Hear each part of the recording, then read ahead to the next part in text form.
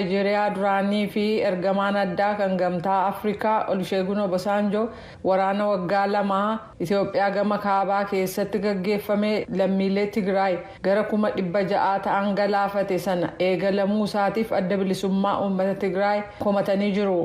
Adda bilisummaa uummata Tigraay garuu waraana kana situ jalqabe jechuun himannaa irratti dhiyaate mormaa ture.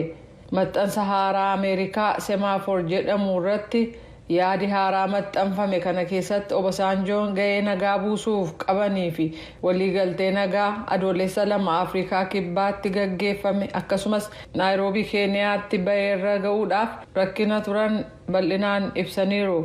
Biyyoonni ollaa Itoophiyaa kan akka Eertiraa fi Sudaan tokko kallattiinis ta'e karaa harka biraan waraana kana keessatti qooda kan qaban ta'uu biyyoonni gaanfa Afrikaa keessa jiran hundi gama hawaasummaa diinagdee fi siyaasaan kallattiin haala hin taaneen dhiibbaan irra ga'e jechuudhaan Obasanjoon ibsan.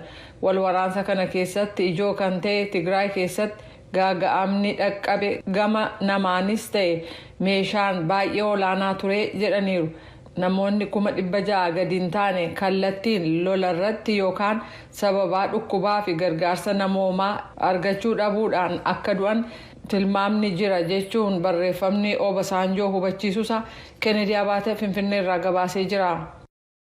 Hoogganaan kominikeeshinii humna elektiriikii Itoophiyaa raadiyoo sagalee Ameerikaaf akka ibsanitti biyyattiin humna elektiriikaa gara Keeniyaatti erguu kamisa darbee eegaluu ishee fi waggaatti $1 miliyoona 100 argachuuf karoorfattee jirti.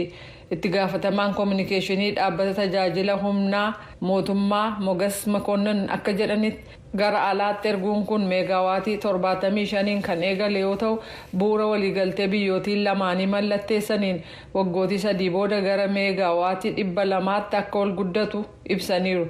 Kana malees jedhan obbo Mogas waggaa 3 booda gara meegaawaatii 400tti akka guddatus ibsaniiru. Miidiyaaleen Keeniyaa akka gabaasanitti biyyattiin humna ibsaa Itoophiyaa irraa kamisa darbee kaasee galfachuu eegaluu ishee hubachiisaniiru. Mootummaa Itoophiyaa bulchiisa naannoo Tigraay gidduutti marii gaggeeffame ilaalchisee itti hirmaataa akka turan obbo Geetaachoo Raddaa fi Jeneraal Tsaadqaan Gabratinsaay sabaa himaa Tigraay keessaaf ibsa kennanii jiru. Jiraachuu uummata Tigraay hundee godhachuudhaan waliigalle ka jedhan obbo Geetaachoo Raddaa dhukaasi dhaabachuusaan gargaarsa akka Tigraay seenuu fi haalli mijeeffamee jira jedhan.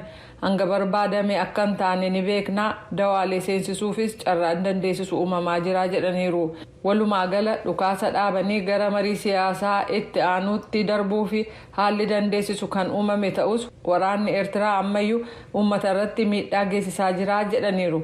Himata kanaaf gama Eertiraarraa deebiin kenname jiraachuu baatus ammaan duras himannaa irratti dhiyaataa ture soba jechaa turuun ishee ni yaadatama. Jeneraal Tsaadqaan Gabratinsaay gama isaaniitiin waliigalteen tolfame Itoophiyaa jeeqamsa seente keessaa baasuuf humna ka qabu akkasumas rakkoo uummata Tigraay heera biyyattiin furuuf kan haala mijeesse gama kaaniin immoo rakkoo Tigraay keessaa ilaaluufis kan dandeessisu jechuu isaanii Mulugeetaa Asbahaa Maqalee irraa gabaasee jira. Pireezidaantiin Soomaaliyaa Hassan Sheikh Mahmud garee hidhattoota Islaamummaa Al-Shabaab biyyattii keessaa buqqisuuf sanbata darbee waamicha dhiyeessan. Magaalaa naannoo giddu galeessaa akka taate Hiiraan lafa wiirtuu tattaaffiin Al-Shabaab irratti gaggeeffamu taates daawwataniiru. Pireezidaantiin Soomaaliyaa Hassan Sheikh Mahmud raayyaa ittisa biyyaa fi jiraattota naannoo Hiiraan kan magaalaa Mahaas bakka sanbata darbee daawwatanitti haasawaa dhageessaniin gareen hidhattoota Islaamummaa Soomaaliyaa keessaa akka buqqa'uuf gaafataniiru. Pireezidaanti Mahmud wareegama kaffalame faarsuudhaan humnootii fi hawaasni naannichaa lola shororkeessummaa naannoo Hiiraan keessatti gaggeeffame irratti bu'aa guddaa galmeessaniiru jedhan. Gareen kun ammallee magaalota tarsiimoo qabeessa ta'an kan akka Hara Dheeraa fi Elbur kan bulchiinsa Galmudug keessaa ammayyuu to'ataa jiru jedhaniiru. Pireezidaantiin Keeniyaa Wiiliyaam Ruuto wixata har'aa loltoonni Afrikaa Bahaa Riippaabilikii Deemokiraatawaa Koongoo gama bahaa seenuun nagaa kabachiisuu qabu jedhaniiru. Sababiin isaas gareen hidhate kan M23 jedhamu haleellaa gaggeessaa waan jiruuf jedhan. Loltoonni Keeniyaa qaama humna hawaasa Afrikaa Bahaa ta'uudhaan dhiyeenya kana naannoo jijjiirama hin qabne sana seenuusaa ibsaniiru. Pireezidaanti Ruutoon magaalaa guddoo Riippaabilikii Demokiraatawaa Koongoo Kinshaasaa irraa oduu gabaastotaaf akka ibsanitti humni naannoo gaanfa Afrikaa warra tasgabbii dhabiinsa uumuuf socho'an ciccimoo ta'an irratti nagaa ni kabachiisaa jedhan. Namoonni hidhatan maadhee waraanaa fi magaalaa Naayijeeriyaa kaaba bahaa tokko haleeluudhaan loltoota 9 poolisoota 2 fi namoota nagaa ajjeesuu maddeen nageenyaa fi jiraattonni dilbata kaleessaa himanii jiru. Kunis jeequmsa yeroo dhiyootti naannoo sanatti mudate yoo ta'u konkolaataa fe'umsaa qawwee gurguddaan guutame koranii loltoonni miseensota garee islaamummaa bulchiinsa Afrikaa dhiyaa ta'uun shakkaman jimaata galgalaa fi dilbata ganama magaalaa Maalaam Faatorii kan aanaa Abadaam keessaa weeraruu isaanii himan. Qondaalli waraanaa tokko dhaabbata oduu Ajaansi Firaans Pireesiif akka ibsanitti shororkeessonni miseensota garee islaamummaa bulchiinsa Afrikaa dhiyaa kun Maalaam Faatorii irratti haleellaa raawwataniin badiisa guddaa geessisan. Manni murtii oliyyannoo Afrikaa kibbaa pireezidaantichi duraanii Zuumaan mana hidhaatti akka deebi'an ajajee jira.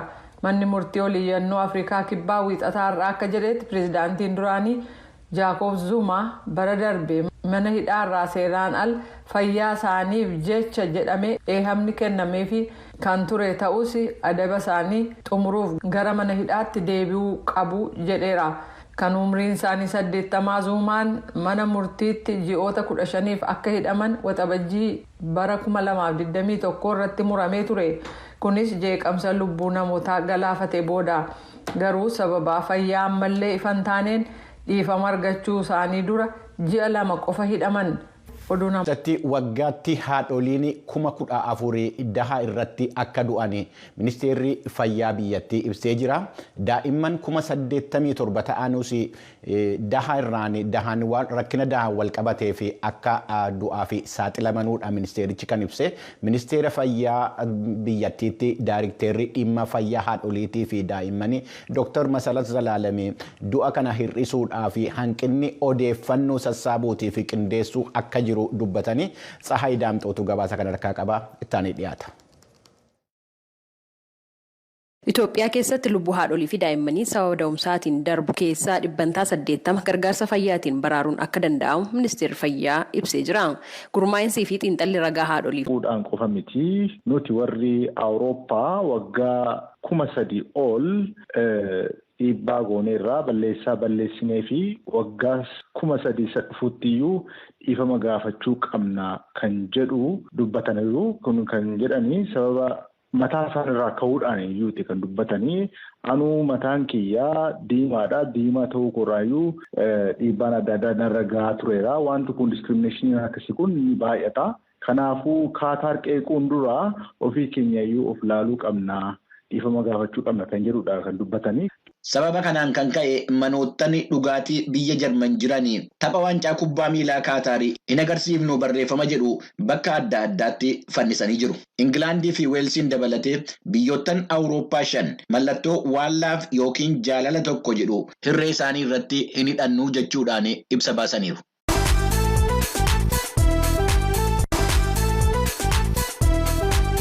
Taphi kubbaa miilaa addunyaa kun kaleessa yemmuu jalqabamu biyyi taphicha keessummeessite Kaataarii Ikwaadoorii waliin taphattee goolii 2-0dhaan mo'amtee jirti. Gooliiwwan Ikwaador lammanii kan galche taphata kilabii biyya Tarkiitii fi taphatu Iner Rumberto Valencia jedhama. Eebbisaan waa'ee tapha jalqabaa kanarrattis waan jedhu qaba. Egaan akkuma beekamu seenaanis akka mul'isu waancaan addunyaa yagguu jalqabamu biyya qopheessuu sanattuu tapha jalqabaa taasisa. Ji'a oliif gareen biyyoolessaa Kaataar kaampii tokko keessatti leenji'aa turanii haa ta'u malee egaa gareen Ikwaador goolii 2-0dhaan injifachuu. Egaan Kaataar biyya jalqabaati. Tapha kanarratti injifatamuudhaan qopheessuu taate tapha jalqabaa injifatamuudhaan jechaadha. Taphni gaggeeffame kanarratti akkuma argine olaantummaa taphaa kan fudhatte Ikwaadoridha. Taphni isaa akkaataa kanaatiin kan xumurame. Tapha kanarratti karra eegaan Kaataarii Sa'iid Alshaa'idii kaardii keelloo argachuudhaan tapha marsaa 22ffaadhaaf taphata isa jalqabaa ta'eera.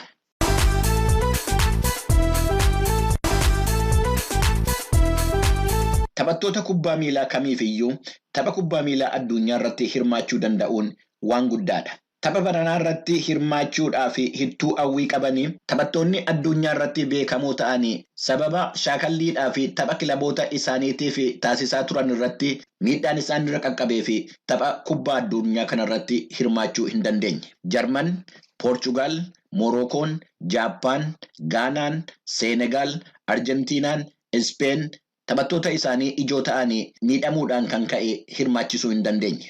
Isaan keessaa garuu biyyi Faransaay taphattoota qaqqaalii dhabuudhaan tokkoffaa taatee jirti. Taphataa beekamaa Kaariim Beenziimaa dabalatee taphattoonni dhaabbataan 5 ta'anii tapha ammaa kana irratti hirmaachuu hin dandeenye. Eebbisaan dhimma kana irratti waan jedhu qaba. Taphattoota ciccimoo addunyaa kana waancaa addunyaa baranaa irratti hirmaannee yogguu kaasnu keessumaa Kaariim Beenziimaa taphataan sarara fuulduraa Real Madridiif gara biyyoolessaa Faransaay taphataa cimaa addunyaa kana kan baranaa ta'uudhaan baalandoorii nama fudhatedha yookaan immoo atileetii fudhatedha. Taphataan kun erga filatamee taphattoota 26 gara Kaataaritti imalaniin booda miidhamuu danda'eera. Miidhaa tapha biyyoolessaa kanaatiif yookaan immoo gara biyyoolessaa Faransaayif akka hin taphanne ta'eera. Kan biraa immoo biyyoonni Senegaal, even Spain taphataa cimaa ishee dhabdeetti. Keessumaa taphataan Senegaal sarara fuulduraa taphataan Liverpoolii duraanii fi yeroo ammaa Baayern Muunikitti taphatu Sadio Maane biyya isaa aarsaa guddaa kafaluudhaan waancaa Afrikaa akka argattu yeroo jalqabaatiif akka argattu taasisan keessaa taphataa cimaa fi adda dureedha. Egaan addunyaan taphattoota ciccimoo akkasii kana urjii akkasii kana yookaan immoo jajjaboo akkasii kana otoo hin argiin hafuuf deemnaa jechuudha tapha waancaa addunyaa kanaatu. Hordoftoota keenya amma guyyaa xumuraa kubbaa miilaa addunyaa kanatti qophii keenya guyyaa guyyaa keessatti waa'ee ispoortii qabna. Nu hordofuu hin dagatina. Waan biraas hin dagatina. Bakka jirtanutti sosocho'uu. Ispoortiin fayyaadha. Fayyaan taphataa turte. Minisoota yeroo taphachaa ture kan ijoollee kan taphachuun ture kilawuma Minisoota keessatti argamu Wing National Hajoo taphachaa ture. Booda haala takka takkaan opportunity argadhee karaa National Team Amerikaa maratame. Bara meeqa keessa kun? 2005 maratame ture. Booda akkasumatti waggaa 17 gadi geeba addunyaa qaama halee galaga kana taphachuus hiree argadhee san taphadhee professionaalummaa. Jechuun warra umrii 17 gadiif taphattee? Ameerikaa kaniin taphadhee umrii 17 gadii fi umrii 20 gadiitiin taphadhe ture. Biyya 30 oola kaniin bittimee taphadhe yeroo dheeraadha kaniin taphadhe amata 17 gadicha almost ana umriin kiyya ganaa 14 akkana kaniin filatame ture. Hanga umrii 17tti amata 2 taphadhe ture hanga geeba addunyaa hangaan taphadhetti. Kan geeba addunyaa umrii 17 gadii kaniin taphadhe Kooriyaa irratti. Kaanaadaa keessatti kubbaa miilaa taphataa turte ati?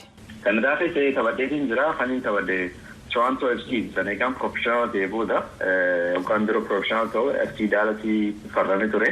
Kan booda Toronto FC Torontoon taphadhee ture waggaa 4 jira.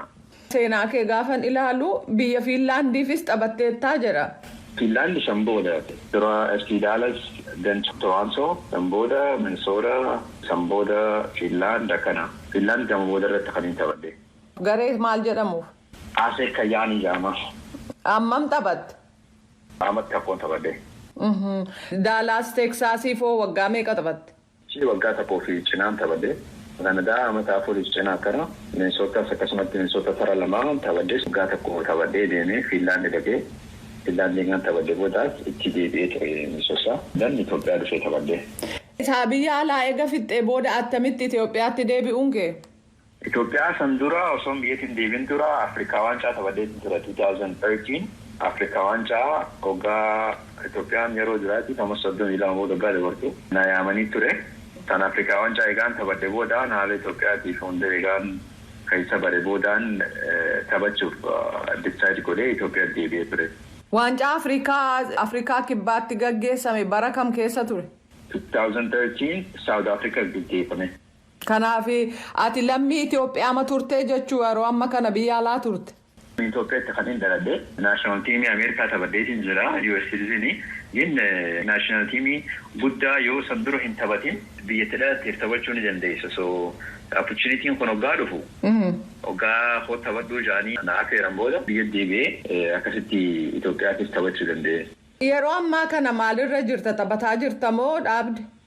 Amma dhaabeetiin jira dalaguma biroo keessaan jira waa'ee ispoortiitti hojii walitti hidhamee sanuma keessaan jira.